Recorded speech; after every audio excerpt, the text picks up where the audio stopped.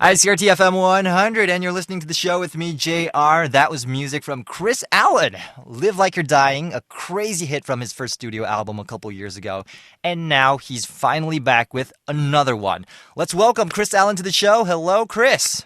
What's up, man? How's it going? All right, you know what? It's great to be able to finally talk to you in person. We've been playing your new music on the airwaves for quite a while already, and you'll be quite surprised on how many enthusiastic fans you have here in Taiwan. Can you imagine? I feel like I can because I see it so much on Twitter. Oh yeah, that's for sure. Actually, I've been following your Twitter for quite a little while myself, and you got a lot of stuff going on there. So everybody, if you have anything you want to ask Kris, you can actually log on to Twitter and look him up. But anyways, 3 years ago, you rose from the stage of American Idol. People were saying that you're the dark horse. 16 weeks of endless live stage performances, and you came down with the #1 spot in the end. I'm like, do you still ever pinch yourself and say, hey, is this real? I sometimes I do. Sometimes I have completely forgot that I was even on. It's because it feels like so long ago, and it's Right. almost. I don't feel completely removed from the show, definitely, but so much has happened in my life since then that it's just hard to go back into that space. And it was kind of a stressful time, to be completely honest. Mm-hmm. And so maybe subconsciously I've just blocked it out. Ah, I see. Now, correct me if I'm wrong. I heard, this is what I heard. I heard that American Idol was actually your last attempt to pursue a music career. Would you really have given up if it didn't work out for you?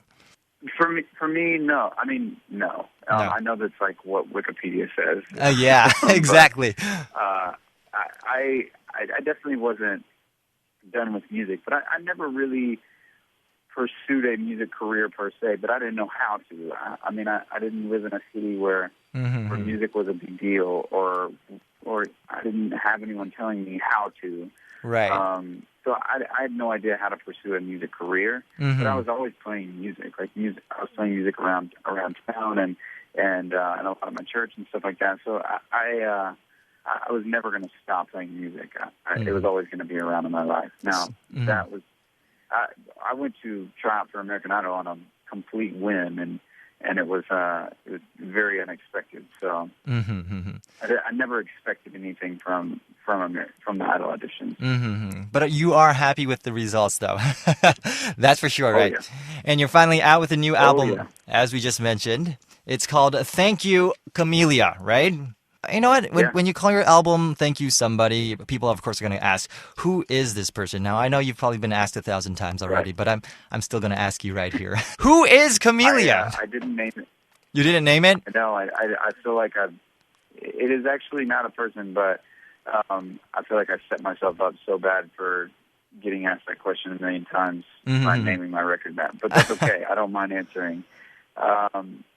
Camellia is actually a street in LA. I was making a record in LA, and I was hanging out with some friends there. And they live on Camellia Avenue, and they let me stay at their house for the whole duration of making this record. Oh, and it was such an amazing place to go to. I mean, making a record is kind of like a crazy emotional roller coaster, and it's I put a lot of pressure on myself for this one, so it was nice to kind of go to a place where I knew my friends were going to be there and not be in a hotel by myself all the time and just dwell in that emotion. It was just nice to kind of get away. It was like that. Oh. It was like that getaway, the Camellia House. Okay, actually now I see, because I'm looking at your album cover right here, and on the album back there is that street name, right? Camellia Ave. How about the cover? You got a dog right there. Is that your dog? It is. He's actually sitting with me right now. Oh, really? What's his name? Burro?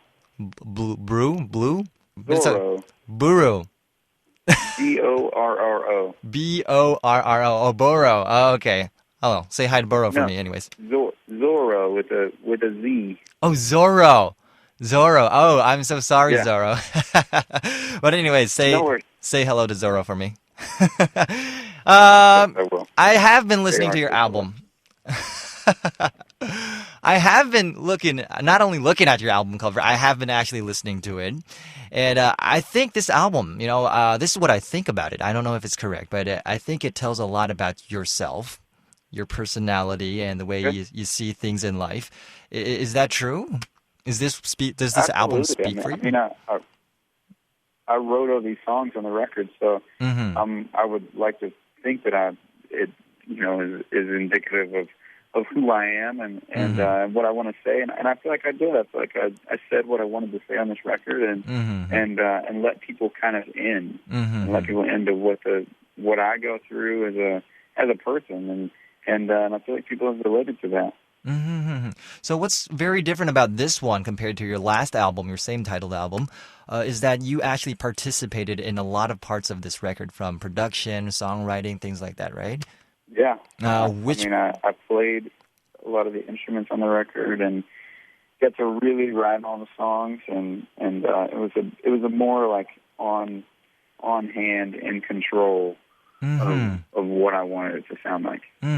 So I think it's fair enough to say that this record represents you even better. So once again, this is called Thank You, Camellia, and let's play a song from it right now here on the airwaves for everybody. How about The Vision of Love?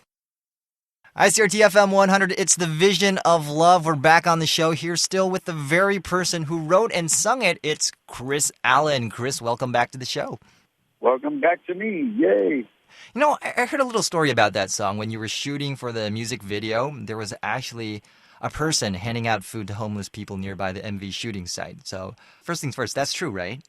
Yeah, it was. And I mean, to be completely honest, we were making the video, and it felt really good. But when I saw that, like across the street, I was like, man, this is what the song is about. Like, forget everything that we're doing. This is actually what the song's about. It's about these people doing something for people that need it. Right. And how, I mean, it was amazing to see it, that there are people out there that take leaps of faith and go out there and do good things for people. Right. You know, on first hear, a lot of people I bet would think it's probably another romantic love song talking about love, but actually it's all about the higher love, the big love that we're talking about here in this song. And this, once again, was co-written by you, right? Yeah. And I can tell from your music, you're a very, very loving and big-hearted person. That's my guess. But before you stepped into showbiz, you actually spent some time on missionary work in several countries around the world. And last year, you were in Rwanda doing charity for children. Now, I bet there's a lot more charity events that you've been doing and taking part in. But what's your past experience? What's this all about? And what does it mean to you in your life? I feel like it's something that I've been blessed to do, and I've been able to do just from my situations, and I've been able to go to different countries, whether it be Thailand or South Africa or Morocco, and learn about the world. And even in the past couple of years, I went to Rwanda with Tom's Shoes, and got to give out shoes to kids. Like, what a simple thought, but we get to give out 1,000 pairs of shoes to 1,000 kids. Wow! And it meant so much to them, you know. Right. And I think we take it for granted how much the small things in the world can mean to other people. Exactly. And I feel like I've always taken that stuff with me. You're humbled so much by those things that it changes your life usually more than it ends up changing their life. Exactly. It seems, anyways, because I always take so much from those experiences. Once again, as I've already mentioned, I think you're a very loving person. You're very big-hearted, very willing to help other people. It really shows in your music and in this new album. But in one sentence, how would you describe your album, Thank You, Camellia? I would say that I think this record is fun. I think it's I think it's fun. It's a weird roller coaster of love. It goes to the bad, the good, the questioning. So I know that's more than one sentence, so I believe that. Well, you know what? There you go. That's Kris Allen with his new album, and there you go. Thank you, Camellia.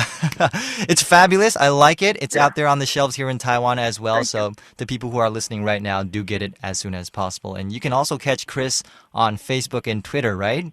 Yes, on Twitter, just Kris Allen, and then I think Facebook is Kris Allen as well. You can go to my website at www.krisallenofficial.com.